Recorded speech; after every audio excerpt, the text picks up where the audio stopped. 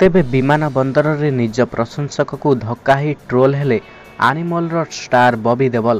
ତେବେ Bobby Deol animal film ପାଇଁ ବହୁତ ପ୍ରସିଦ୍ଧ ହୋଇଗଲା ପରେ ଏହି ଘଟଣାଟି ତାଙ୍କ ସହିତ ଘଟିଯାଇଛି ଏବଂ ଲୋକମାନେ ମଧ୍ୟ କହୁଛନ୍ତି ବବି ଦେଓଲଙ୍କର ଗର୍ବ ହୋଇଗଲାଣି। ଯେହେତୁ ଆନିମଲ୍ ପାଇଁ ଲୋକମାନେ ତାକୁ ବହୁତ ସପୋର୍ଟ କରିବା ଆରମ୍ଭ କରିଛନ୍ତି, ସେଥିପାଇଁ ବୋଧେ ସେ ଫ୍ୟାନ୍କୁ ଏମିତି ଭାବେ ଧକ୍କା ଦେଇଛନ୍ତି। ତେବେ ବଲିଉଡ୍ ଅଭିନେତା ବବି ଦେଓଲ ତାଙ୍କ ଚଳଚ୍ଚିତ୍ର ଆନିମଲ୍ର ସଫଳତାକୁ ଉପଭୋଗ କରୁଛନ୍ତି। ଏହି ଚଳଚ୍ଚିତ୍ରରେ ଥିବା ତାଙ୍କ ଚରିତ୍ରକୁ ଓ ତାଙ୍କ ଅଭିନୟକୁ ଦର୍ଶକ ଖୁବ୍ ପ୍ରଶଂସା କରିଛନ୍ତି। ଏତେ ଦିନ ପରେ ସଫଳତା ମିଳିବା ପରେ ବବି ଦେଓଲ କାନ୍ଦି ପକାଇଥିବାର ଭିଡ଼ିଓ ମଧ୍ୟ କିଛି ଦିନ ତଳେ ଭାଇରାଲ୍ ହୋଇଥିଲା। ଏବେ ତାଙ୍କର ଆଉ ଏକ ଭିଡ଼ିଓ ସୋସିଆଲ ମିଡ଼ିଆରେ ବହୁତ ଜୋରସୋରରେ ଭାଇରାଲ୍ ହେବାରେ ଲାଗିଛି।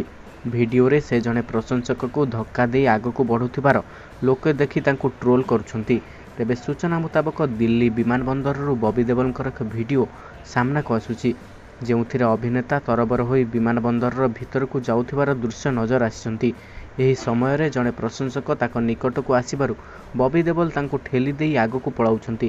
ଏହି ଭିଡ଼ିଓ ଭାଇରାଲ୍ ହେବା ପରେ ସୋସିଆଲ ମିଡ଼ିଆ ବ୍ୟବହାରକାରୀ ଅଭିନେତାଙ୍କ ଏହି ଆଚରଣକୁ ପସନ୍ଦ କରୁନଥିବା ଦେଖିବାକୁ ମିଳିଛି।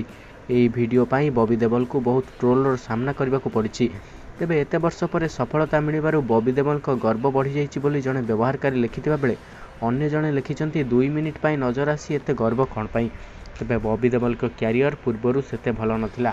ଯେତେବେଳେ ତାଙ୍କୁ ଆନିମଲ୍ ସିନେମାଟି ଅଫର୍ କରାଯାଇଥିଲା ଏବଂ ଆନିମଲ୍ ସିନେମାଟି ମିଳିଥିଲା, ବବି ଦେଓଲ ସେଥିରେ ରୋଲ୍ କରିବା ପାଇଁ ରାଜି ହୋଇଯାଇଥିଲେ ଏବଂ ବବି ଦେଓଲ ମଧ୍ୟ ସେହି କ୍ୟାରିୟରରେ ବହୁତ ଫିଟ୍ ରହିଥିଲେ ଏବଂ ଆନିମଲ୍ ଫିଲ୍ମଟି ସେଥିପାଇଁ 500 କୋଟି ଟଙ୍କାର ଇନକମ୍ କଲା। ବବି ଦେଓଲଙ୍କ ଏପରି କ୍ୟାରିୟର ଉପରମୁହାଁ ହେବାକୁ ଦେଖି ଲୋକମାନେ ତାଙ୍କୁ ବହୁତ ପ୍ରଶଂସା ମଧ୍ୟ କରୁଥିଲେ। ତେବେ ବବି ଦେଓଲଙ୍କ ଏପରି ଭିଡ଼ିଓ ଏବେ ଭାଇରାଲ୍ ନେଇ ସୋସିଆଲ ମିଡ଼ିଆରେ ବହୁତ କଳ୍ପନା ଜଳ୍ପନା ଲାଗି ରହୁଛି। ତେବେ ଲୋକମାନେ କହୁଛନ୍ତି ଯେ ଆନିମଲ୍ ଫିଲ୍ମ ପାଇଁ ବବି ଦେଓଲଙ୍କର ବହୁତ ଗର୍ବ ହୋଇଯାଇଛି, ସେଥିପାଇଁ ବୋଧେ ଏମିତି କରିବାର ଘଟଣା ଘଟିଲା।